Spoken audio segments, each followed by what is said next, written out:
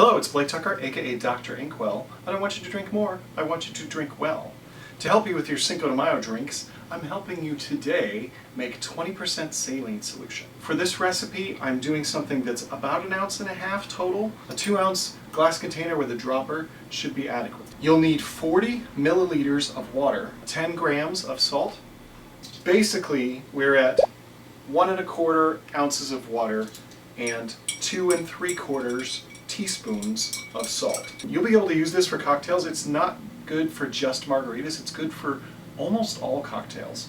It really just depends on how much you want to bring out the flavors in the cocktail. I have found 2 drops to be sufficient for most cocktails. Alright, there we go. We are dissolved. We're going to pour in here. Look at that. Perfect for your next margarita. Please subscribe below and follow me on Instagram. Thanks for watching.